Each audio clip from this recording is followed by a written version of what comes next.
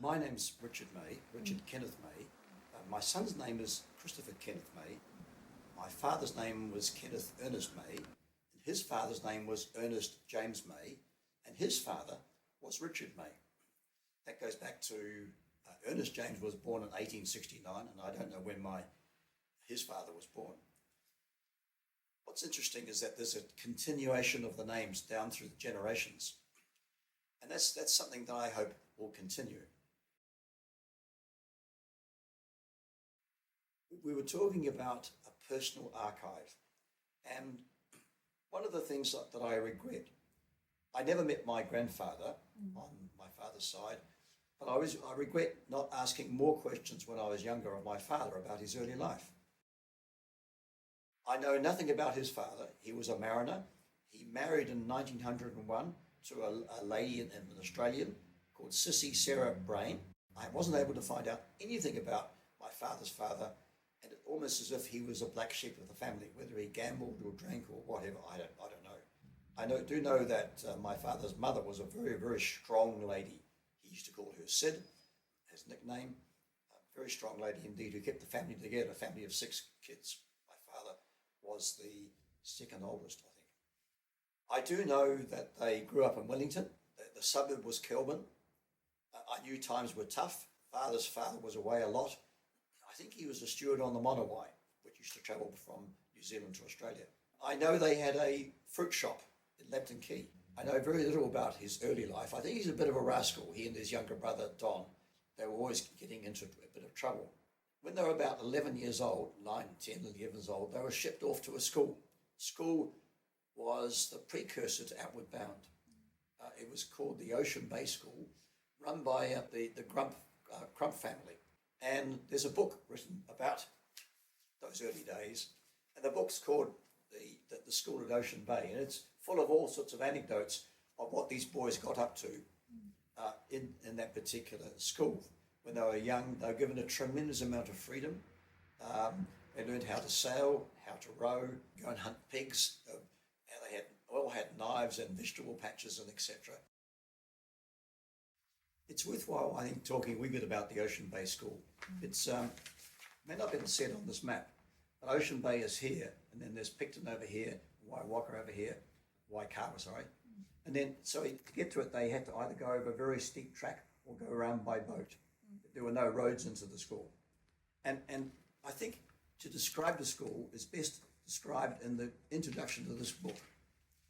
It was never an advertisement, but it describes the school very, very well. Wanted, a school like no other school on earth. Proprietors to be special people, and the Crumps were. Strength of character, humour, high moral principles, kindness, knowledge of other culture, understanding of boys, wide experience and observations of nature away from civilization, all essential. And I think from what my father talked about in the school and some of the anecdotes that he wrote around to inclusion in the book relate to that. Discipline was harsh. If you got into trouble, you were made to walk through a gate where you were hit with a strap across your legs. That was kind of one of the things. But the freedom, he said, was tremendous because they do lots of schoolwork. They learnt a lot, but they were able to go and do a lot of fishing. There was tremendous catching of fish, so they'd eat all the fish. Not too many boys would be sent out at 11 or 12 to go and hunt pigs with knives, and that's all. But they learned how to sail. They went for a swim every morning, whether it was summer or winter. Turned out to be very, very healthy. And all of them had stories to tell and anecdotes about certain aspects of the school of Mr. and Mrs. Crump and their daughters who played a large role in getting the school underway. My father came back from that and was sent to Wellesley College. Wellesley College in those days was on the terrace, not out at Days Bay. And he was quite a good sportsman, I understand. I think he played rugby. I think he did a lot of swimming. In fact, I've got a picture here of a surf life-saving picture from Wellesley College, and he's down there, K.E. May, obviously part of the school team who won the Dewar Shield. That was in 1926. Now, at some stage in the early 30s, he took up rowing.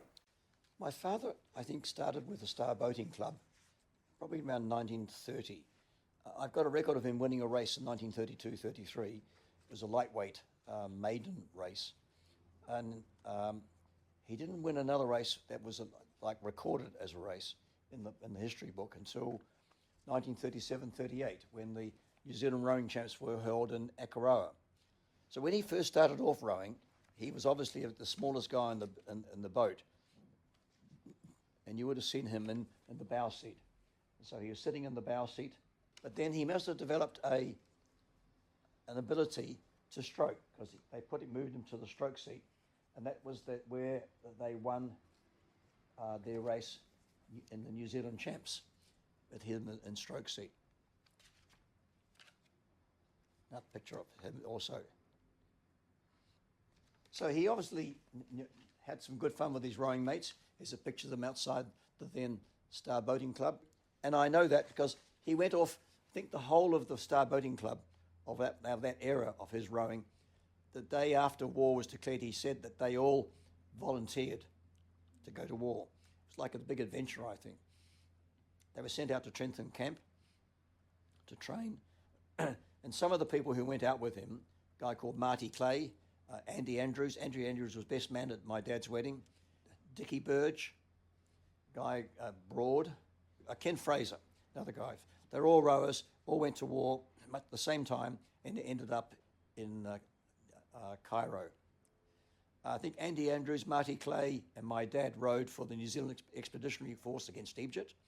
My father rowed a singles against the Egyptian champion, and I've even got a program with his name in it, KEMA, New Zealand Expeditionary Force. So there it is. Now, he lost that race, and he said to me, I lost it because, well, I didn't know at the time I had measles. So he wasn't well.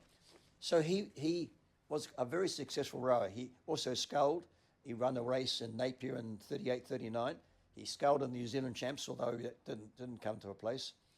So he became a senior rower and a senior sculler, which was quite something in those days for a man of his size. And you've got to remember, my father was less than 5 foot tall, and he took size 4.5 shoes. I know because we had some of them left when he passed on. We had to get rid of them. Brand new shoes he never wore. So he was quite a diminutive man, but a big heart and a big, and obviously a very, very good rower, and obviously very, very damn fit in those days. He was to suffer later with hip problems. Maybe that's genetic, so I've had both mine replaced, but the technology in those days wasn't as strong, and they had to freeze one of his hips after numerous attempts to try and get it going, so he became difficult to move around, and that affected him. He put on quite a bit of weight towards the end of his life.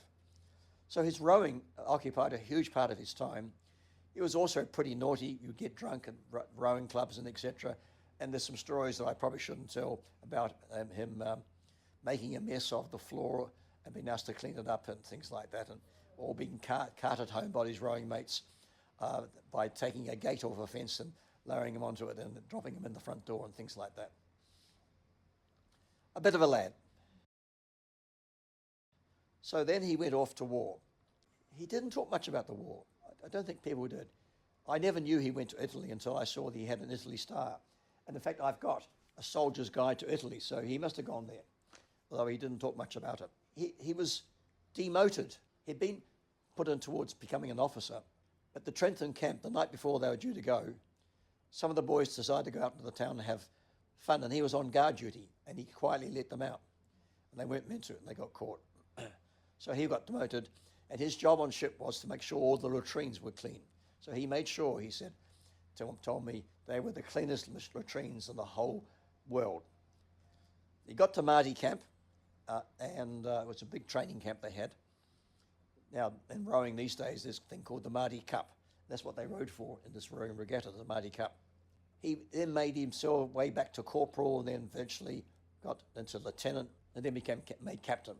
He moved into, I thought he wanted to be in the number one machine company, but he ended up in the number one petrol company. And I know this because there's a book written that has his name in it. It's a book called A Journey Towards Christmas by Peter Llewellyn. It's the history of the number one petrol company and how they would make sure supplies were up to the front lines and etc. very interesting book. And I've got some pictures here that shows my dad in the war, shows him in the rowing. I think this is overseas when they'd gone swimming somewhere, maybe in Italy.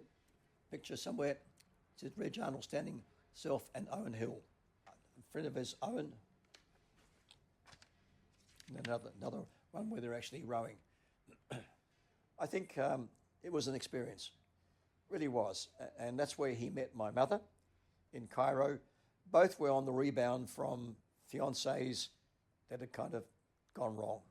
I think my mother tells a story. She was on her way to a holiday in Palestine, flying in a Wellington bomber, which lost its undercarriage and had to land on its belly. And she got to Palestine, she's having a good time there, went around Jerusalem and things like that. Then got this telegram, come back, your trousseau's ready, you're getting married. She said, oh, gee, that's what it sounds like. There's a movie of the wedding, and there are a couple of good places in that, showing them in their army uniforms getting married. It's kind of an unusual. We didn't know the movie existed until many, many years later, so it's a shame that some of it was not in good shape. But to have a movie made of your wedding in Cairo is something else. My mother was there as a tui, which was what Lady Freiberg described the girls as, who would go to the various, this was called the Fernleaf Club in Cairo, to make sure that the soldiers' needs were buying help gifts for family back home and things like that. And I've got a picture of my mother making tea in the Forces, New Zealand Forces Club in Cairo. That was my dad's early life. Then he came back to Wellington. Times were tough. You couldn't buy anything. The only thing you could get was if you were being a returned serviceman, nothing else. It took ages to buy a heater. They moved, first of all, into the Central Park apartments up towards Brooklyn, where the Central Park tennis courts are now. That's where I was born, apparently, around that time. I was baptised in St. Peter's Church in Fuller Street. Then they bought a house in Kandala, overlooking the sea. In hindsight, a cold and drafty place, but a fantastic place. And that's where they started to build a life. My father became an auditor for the New Zealand Railways and travelled incessantly, and that must have been so hard on my mum. Really must have been hard on her. It wasn't much money in those days at all, so they struggled. He retired from the New Zealand Railways. I think his salary at the time of retirement was £4,300 a year. Not much. He then went and joined the Decimal Currency Board and the introduction of decimal currency in New Zealand. Then he went to join ACC, what became the setting up of ACC. He was both part of the setting up of those two things. Then he decided to retire and took on the bookkeeping for a couple of garages, local garages. He was an amazing person who could add numbers this way and this way and make them match. And he kept on working until when he was aged 83, 84, when he could no longer get them to match. And he was so frustrated with that. Our dining table was always a mess. You could never get to the dining table because it was all covered with all these papers, most disorganized person.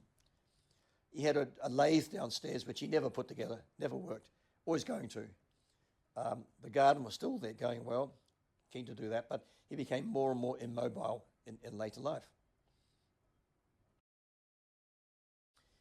I remember one event, took us to Athletic Park to see a guy called Billy Graham.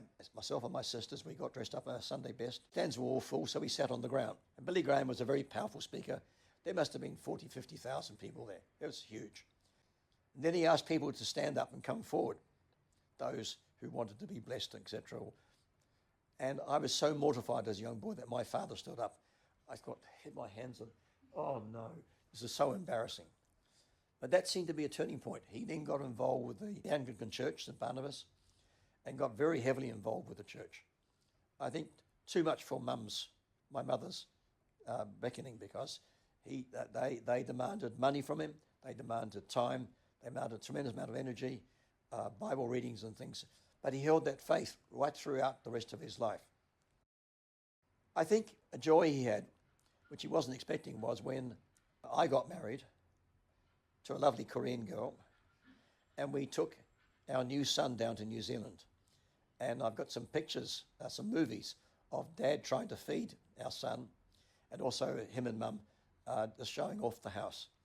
And I think that's how I remember him in the last few days, um, when he was pretty immobile, uh, loved his rugby, loved his TV shows, loved Billy T. James, loved the news, always listened to the news.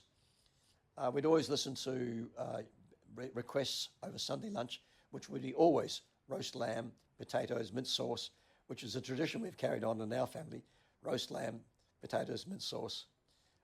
And I think that's how I remember them.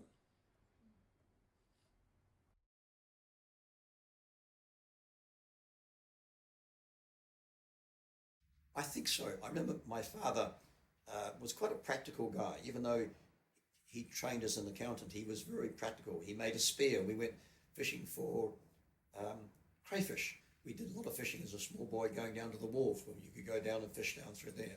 I remember my father encouraging me to get into rugby and scoring a try when I was 5 years old, and my father getting very excited. I didn't know what I'd scored, but uh, it was in the field at the back of our house, which had been crafted by men picking shovels in the Depression.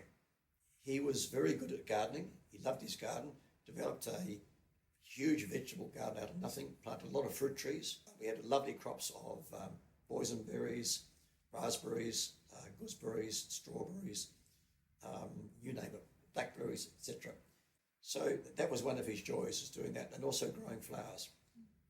I think the school played a huge role in his practical elements later on, and also his love of rowing, and obviously, although he didn't do any sailing, I don't think, after that. I don't think he did much exercise after he came back from the war. I think the war changed a lot of those guys. They came back older men rather than young boys they left. As a young man, he was quite handsome, quite a handsome young man. I'm sure he was attractive to the ladies as well. He had 4 sisters, so he had plenty of practice. And my father, I think he may have wanted to be a doctor, but the Depression came along and he couldn't do that. He might have wanted to be an engineer, but then the war came along, so he went off to war, and I think he wanted to be a padre when he came back, get into the ministry, because the war had a big effect on him, quite a strong effect, which I was to realise later in life. But in the end, he trained to be an accountant. I'm sure that was never his first, second, or third choice, but in those days, you didn't have much option. When I was learning to row, we didn't have a coach. So I said, Dad, would you come down and coach? And the only way to coach was to sit in the coxswain seat. But by then, he must have been uncomfortable because it was his bottom had got larger than the coxswain seat's size. So I remember sitting in there and trying to coach us. He only did that a few times, yeah.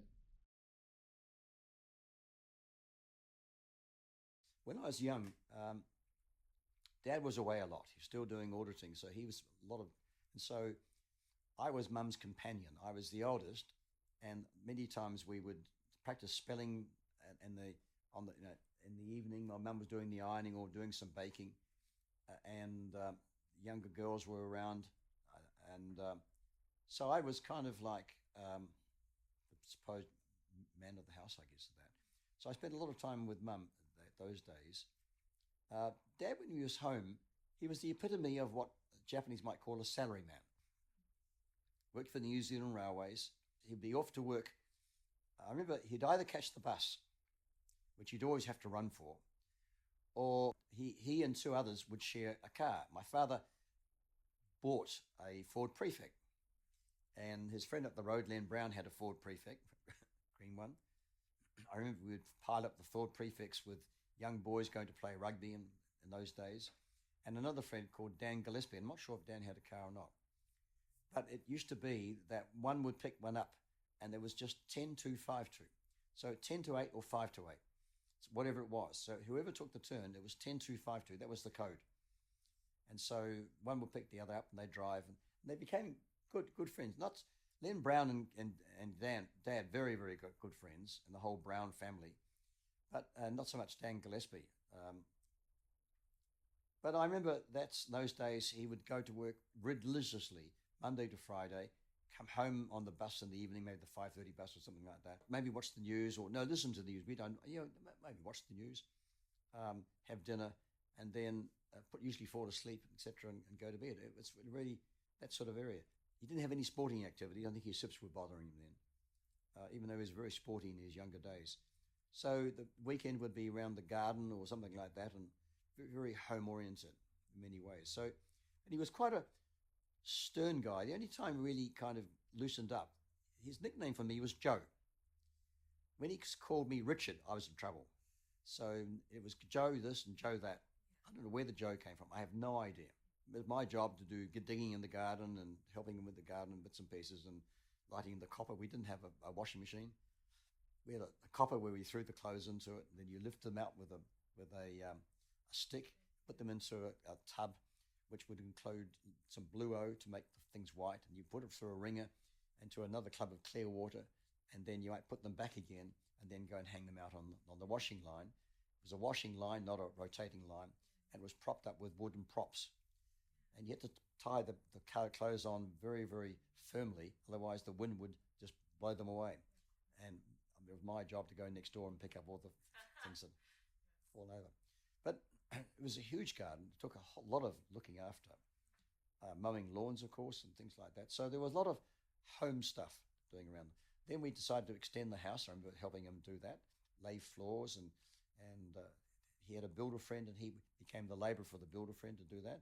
Red Jenkins was his name. Painting the house was another thing. In those days, you used to burn the old paint off and paint it with the new paint. Painting the roof, which was a very big job and quite a dangerous job. You saw that roof. I remember getting up there and painting part of the roof and stuff like that. So in those days, there was a lot of do-it-yourself type stuff. Yeah, I remember that. Yeah, I couldn't really have a discussion with him. It would be, well, Joe, you don't know what you're talking about, type of thing.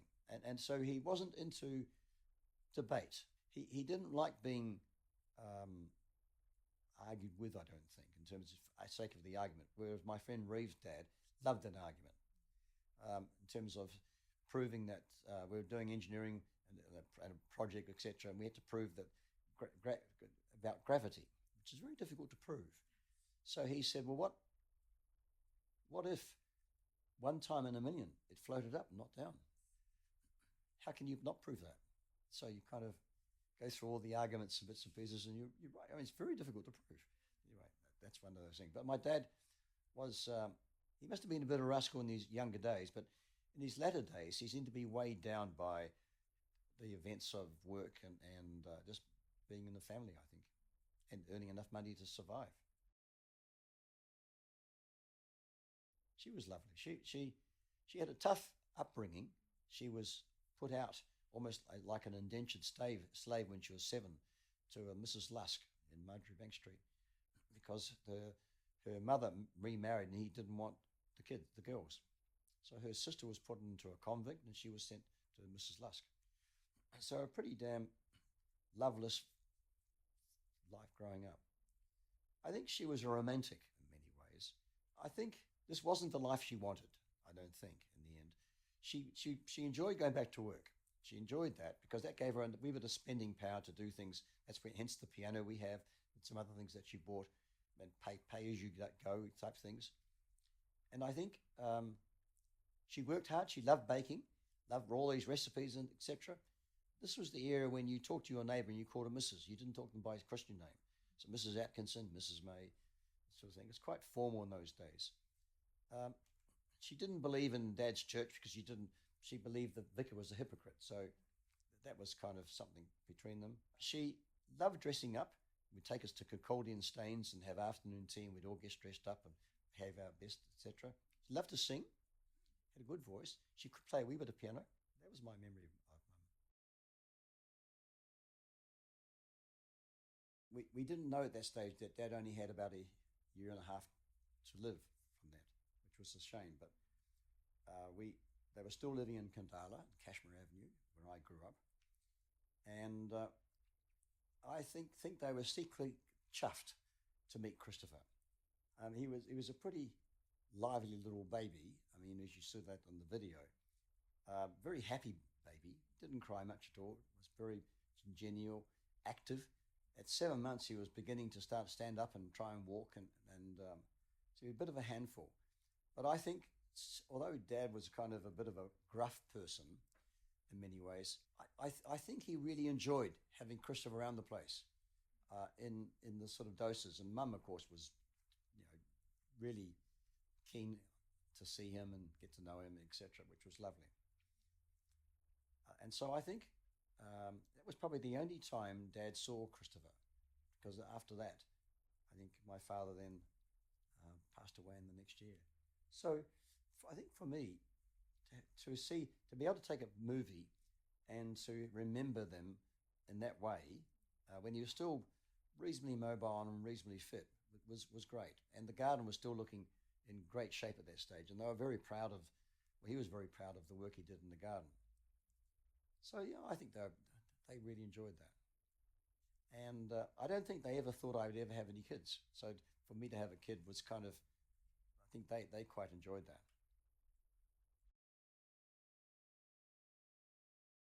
I think the house, when they bought it, had no garden. It was just of clay, bits and pieces. And I think the fact that they developed the garden, and in fact, I think that was the first time I'd actually seen the new garage and all the work they'd done around shoring up the edges of the garden, because it wasn't shored up when I was there, all the neat paths and etc. They obviously got someone in to do all of that. It was quite expensive.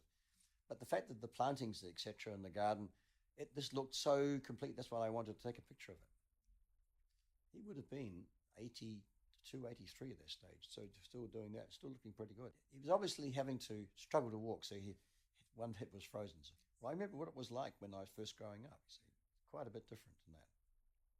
Quite an old style kind of garden in those days, and the way they had it now, it was much neater and much easier to look after.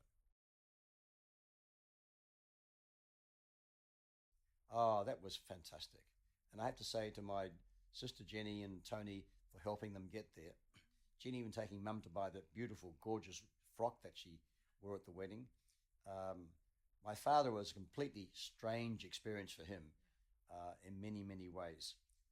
But I think he thoroughly enjoyed himself. He wasn't very mobile on that stage. We had to carry him and get him around to places. But I just think he was kind of an experience that he would remember for the rest of his life, really. From Mum to meet Yanni's mum, and even though the two of them couldn't understand a word each was saying, is they're both sitting there with tears in their eyes. It's like sort of kind of a connectivity. They're just kind of connected. It was quite amazing. We had this lunch after the wedding on the next day. We went to the Schiller Hotel for lunch, and an uncle was there with his wife, new wife too. We had a very nice lunch, French wine and etc., all dressed up. Yanni's mum was there. I think Donkey and Mion were there. And then at the end of the lunch, I think Dad wanted to say some words. So my father, when he was down, he'd say something. He used to clear his throat. He'd say, and before it even start, my mother turned to Dad and said, "Shut up, Ken. I want to say something." And holding hands with Yanni's mum, and she just talked from the heart. And it was just something I've never forget. They just embraced the situation. They thought it was absolutely wonderful. Yeah.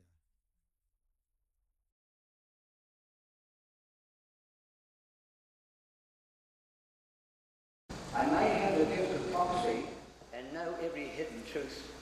I may have faith strong enough to move mountains, but if I have no love, I am nothing.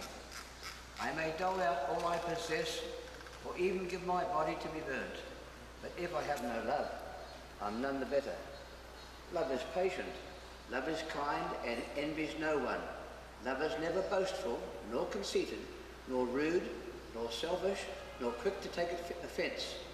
Love keeps no score of wrongs, does not gloat over other men's sins, but delights in the truth. There is nothing love cannot face. There is no limit to its faith, its hope, and its endurance. I was very pleased that they could make it. And according to Auntie Jenny, Granddad was full of energy because they were in Korea and then they went Hong Kong after that. While Dad and I went down to Australia, they came to Hong Kong and stayed at Dad's apartment in Parkview. And according to Jenny, Dad was like every morning he said, "Okay, let's go." And then they went out and tram and all sort of things in Hong Kong. But I only heard about it. In Korea, I do remember Dad enjoys talking to my uncle, who is the Arabic professor. because they could speak some Arab together. Because granddad served in New Zealand Army during the Second World War, and they got married in Cairo. So my uncle, my youngest uncle, was also at our family lunch after wedding. Partly because granddad really liked him, sort of clicked because of that connection through Egypt. And I think granddad and grandma enjoyed in Seoul. I think they stayed in hotel Chilla that we had a wedding reception. Yeah, I think they stayed there. And after wedding at the Anglican church, we came to the hotel for reception. Introduce Richard's parents, Lisa and Mrs. Ken and Glenn May from Wellington, New Zealand.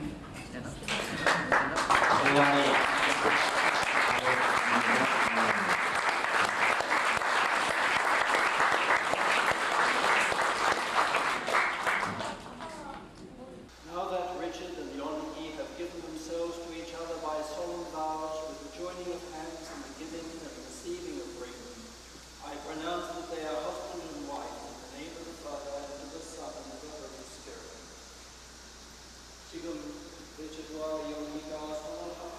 It was good to see Granddad May.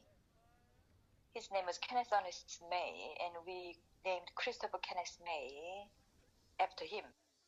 So I think he was very fond of him, and also because Dad was the first and only son, Chris being the first and only grandson, carrying May name, I think could be my interpretation, but I was quite happy that Granddad had a chance to see his grandson. And that feeding was actually the first Christmas and only Christmas we spent with him, because following Christmas he's gone. We didn't travel.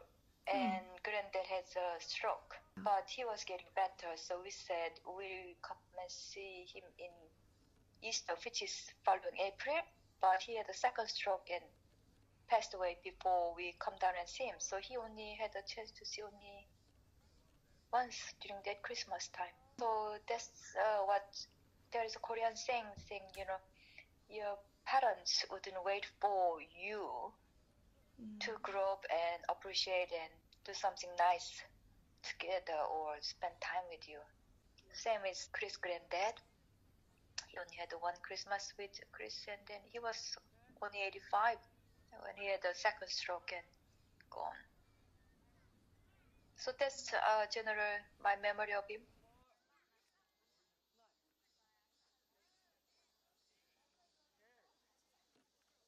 The other thing I can remember to share is that occasionally we would get hold of a half-gallon jar of beer, and we'd have beer, and I'd be allowed to have a beer.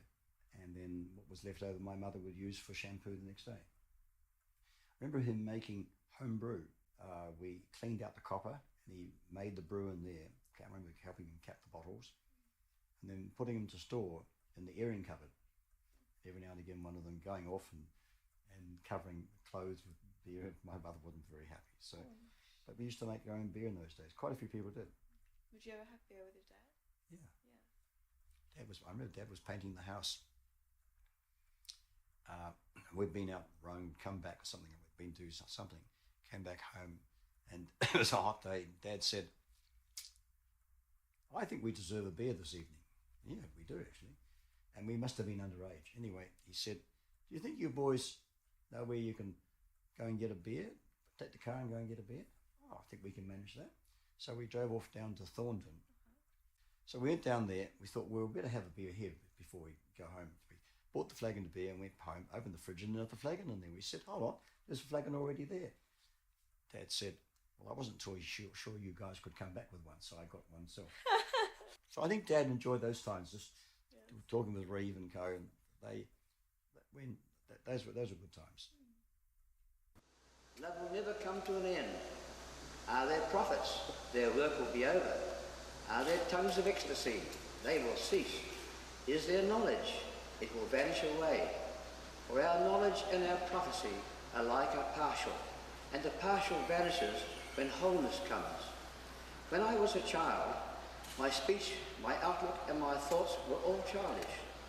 When I grew up, I had finished with childish things. Now we see only puzzling reflections in a mirror. But then we shall see face to face. My knowledge now is partial.